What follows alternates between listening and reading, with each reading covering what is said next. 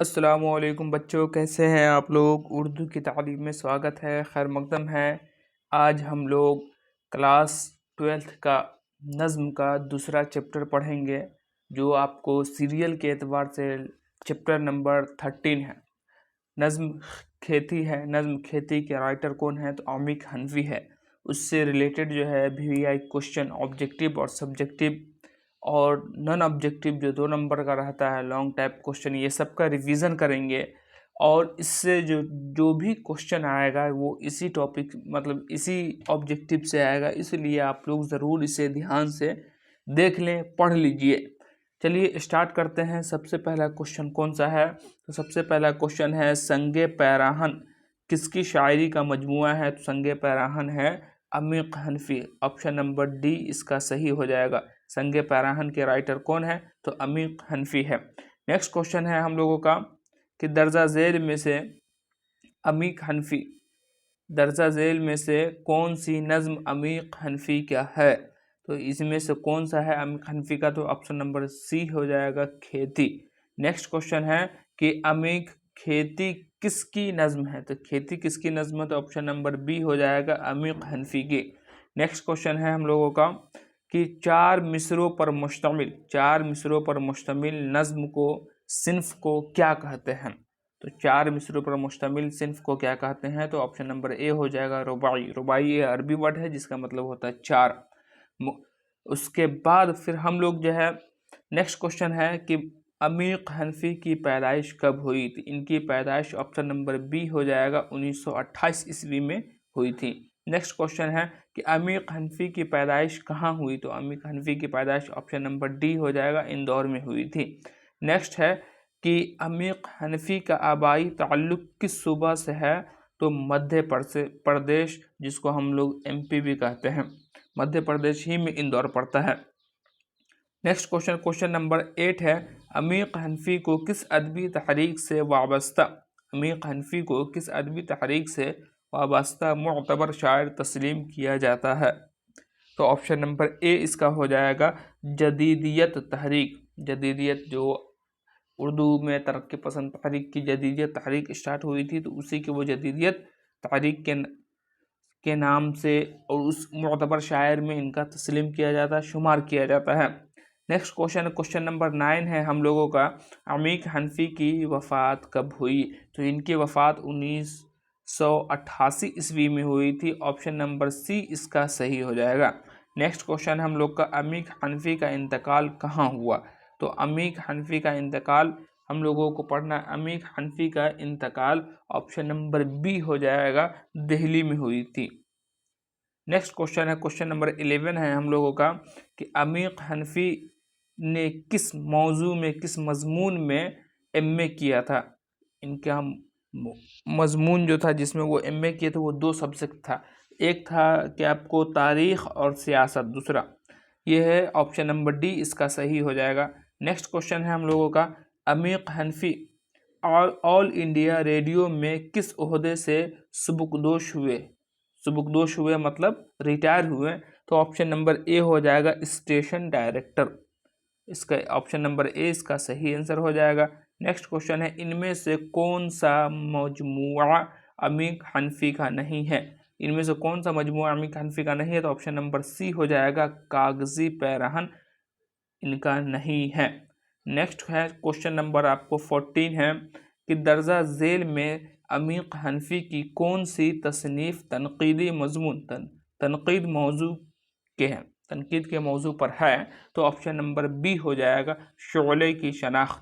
Option number be شعلے کی شناخت ہو جائے گا۔ نیکسٹ کوشچن ہے ہم لوگوں کا کہ شعر چیزیں دیگر است کے مصنف کون ہے؟ شعر چیزیں دیگر است کے مصنف رائٹر کون ہے؟ تو آپشن نمبر سی ہو جائے گا عمیق حنفی۔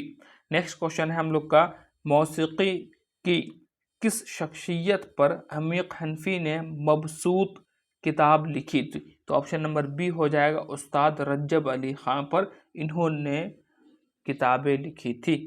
نیکسٹ کوشچن ہے ہم لوگوں کا کوشچن نمبر آپ کو 17 ہے نظم کھیتی میں کتنے مصرے ہیں؟ نظم کھیتی میں کل کتنے مصرے ہیں؟ تو آپشن نمبر ڈی ہو جائے گا 11 مصرے ہیں۔